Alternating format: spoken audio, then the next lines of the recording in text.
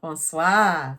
Okay, so you have worked on translating the devoir from Kreyòl to anglais. So now what we're going to do is we're going to look at the devoir of leçon 7 complètement, completely. So basically, we're going to look at numbers 1 through 5, English to Kreyòl, and number 6 to 10, Kreyòl to anglais. Okay, so your first sentence in English is my cousin and my niece go out every Saturday. Now, this is different from your exercice. Your exercice was cousin, was the male cousin, which I said, from the boy cousin. This one is female, cousine, zin, female cousin. So my cousin and my niece go out every Saturday. This is again the female cousin is cousine mwen ak nièce mwen sorti chaque samedi.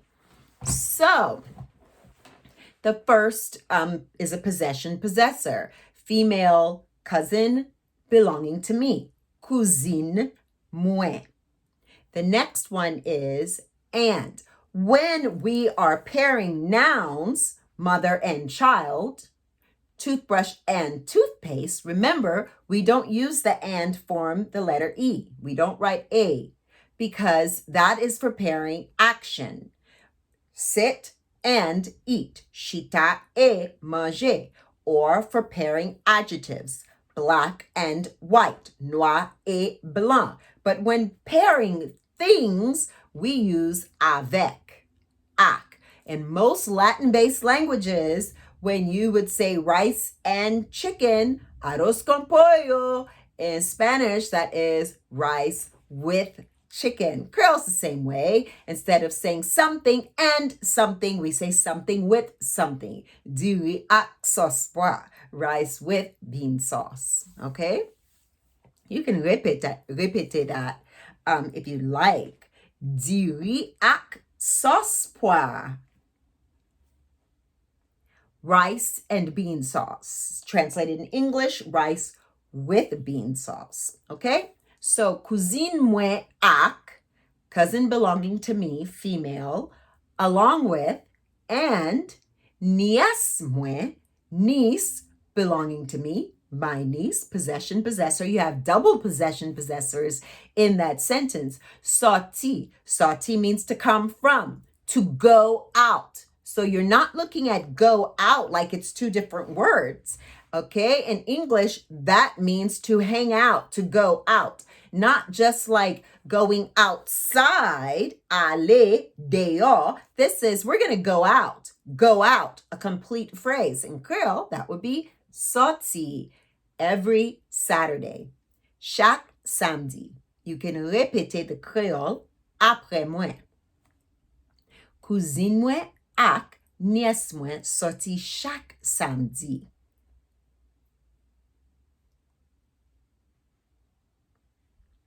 D.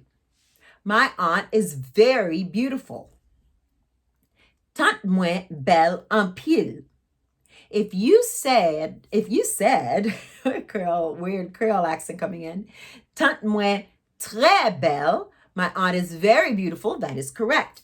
Tante mwen belle en pile, my aunt is beautiful a lot, translate to modern English, my aunt is very beautiful, that is also correct. If you're confused about en pile, look at leçon 4, it'll teach you en pile in the video, download, and in your workbook. Okay, so tante mwen, possession possessor phrase again, aunt belonging to me, tante mwen, go to leçon, your premier leçon if you cannot remember the possession possessor rule. Belle, you don't use say, is beautiful. We do not put say in front of an adjective unless there is a person, place, or thing to ground it. If we were saying my aunt is a beautiful woman, we would say tante mwen c'est yon belle femme, belle fille, okay? But we're just saying my aunt is very beautiful. Tante mwen, belle en pile. Tante mwen, très belle. You can also say tante mwen bien belle. Bien can can translate as my aunt is well pretty as really pretty. You can use it there. Bien doesn't mean really. Remember the earlier lessons when I told you Kreyòl and English, they don't do this. They don't equal each other. So when you put bien before an adjective, it can mean really something, but bien doesn't mean really. It means well, okay? So you can répéter, tante moi belle en pile. Remember to use that 80%, okay? Use my expressions. Toi, I don't like that. Moi pas aimer ça. So if your translation was moi instead of the workbook, which is it's correct. It's just is moi contracted, but we have to say the word after it right after it. M'pa, m'pa. And love and like is reme, and ça is that. Répétez, m'pa reme ça. Kat, please don't touch that. Tant pis, pas toucher ça. Now, if you said s'il vous plaît or s'il vous plaît, those are all correct. Pas is don't. Touch is toucher. That is ça. Répétez. Tant pis, pas toucher ça. 5. Sit down and listen. Chita écoute. So now we have action and action. So now you can use the form of and, that is the letter E. Chita écoute. There's nothing else you could say there, really.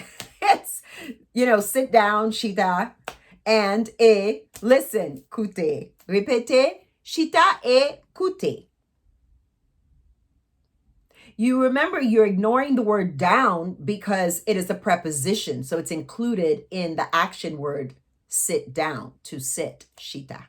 Okay, now we're going to go from Kreyòl to anglè. I'm going to say the sentence in Kreyòl and give you the translation. When I first say the sentence, you répétez après moi. I'm not giving the breakdown because I did that in the previous video. Okay? 6. Chaque jour moi prier pour. Every day, each day, I pray for you all. Prier pour nous. For you all or for us. It can be either. This would be based on context. If the person's talking about themselves in a group of people, us, we, that's going to be used there. Or you all speaking at them, then that would be nous. So, répétez. Chaque jour, moi prier pour nous.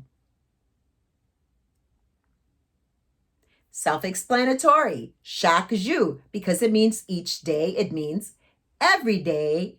Moi prier, I pray, pour nous, for you, plural, or for us. Okay? If your answer is different to any of these things and you don't understand why,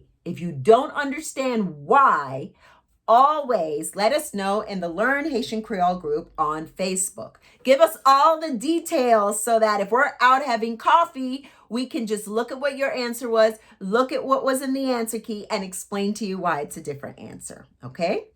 Set. Gonna stop putting my hand up because I think you should know how to do this already. Ou kon ki le yo manje chaque dimanche soir?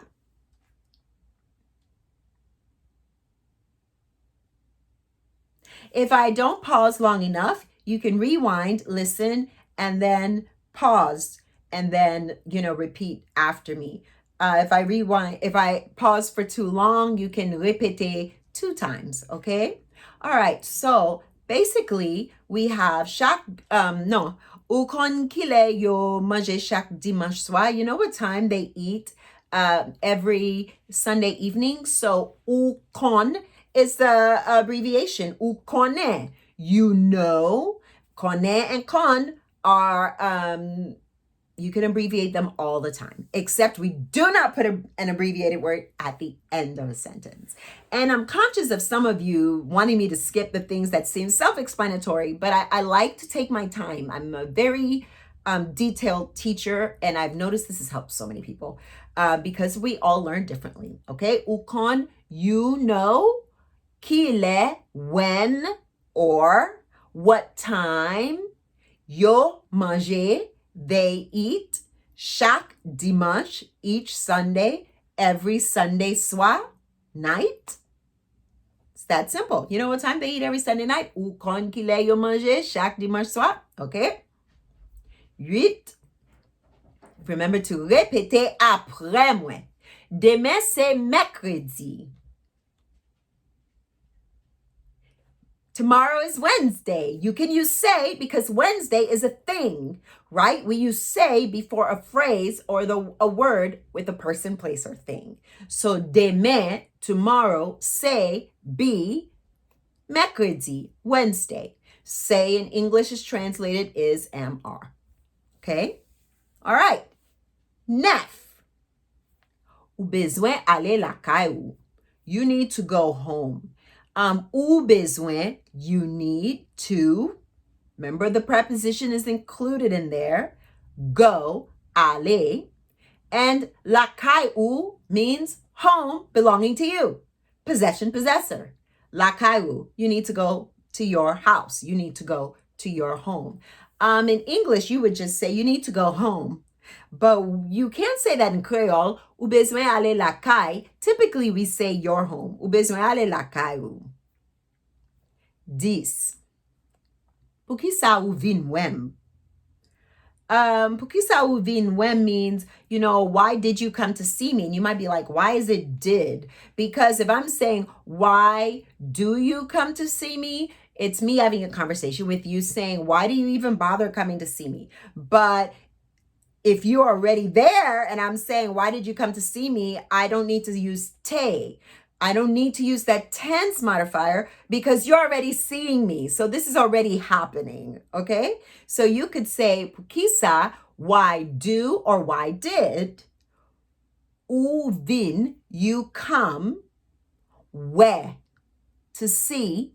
And it's contracted, but it's still me. Why did you come to see me? Pou ki sa ou vin wem. Répétez après.